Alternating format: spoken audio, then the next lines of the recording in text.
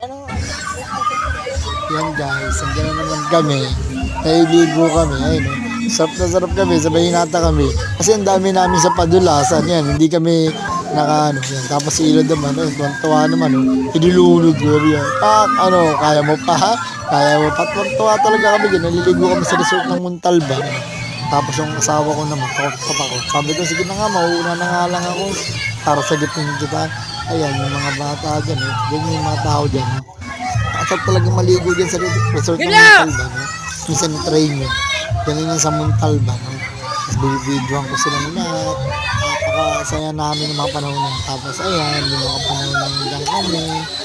Ayan, bibidyoan ko yung mga tao, yung mga lugar. Sige guys, hanggang dito na lang yung vlog ko. Maraming salamat. Nakipollow na lang, share. Thank you. Hanggang dito na lang. Pasok.